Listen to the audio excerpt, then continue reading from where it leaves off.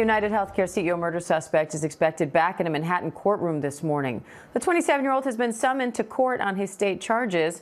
Now a judge could set the date for his trial today. ABC News legal contributor Brian Buckmire has the latest on that.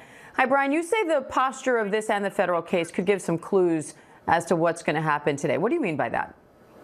Yeah, so this court date today wasn't really scheduled for the state court, but what we're seeing is a number of things happening in federal court could be affecting the state court. We know that just recently, the judge in federal court dismissed 2 of the counts, one of which carried the death penalty for Luigi Mangione, so he's not facing the death penalty. And we know that both the federal and state side have been competing as to who goes first when it comes to this trial. The defense has been saying, hey, the Fed case has to go first because the death penalty is on the table. That's not an argument anymore. So I suspect the judge is calling them in to say, hey, your arguments seem to be falling by the wayside. Can we move forward with this state case on July 1st as initially proposed? Brian, what happens if the state case goes before the federal case or vice versa?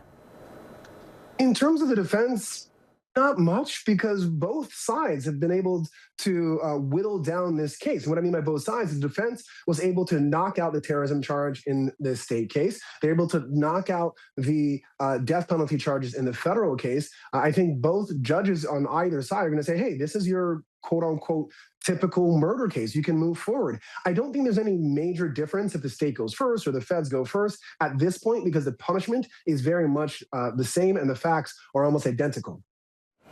And Brian, you say regardless, a summer trial could help the defense. Why?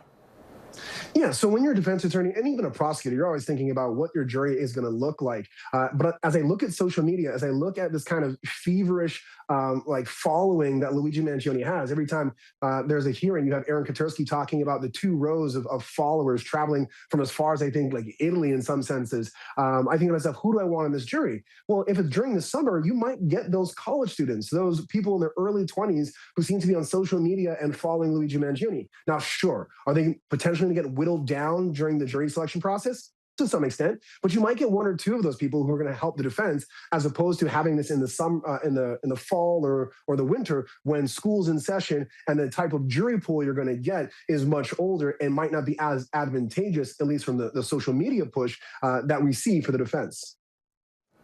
All right, ABC News legal contributor Brian Buckmire, thank you.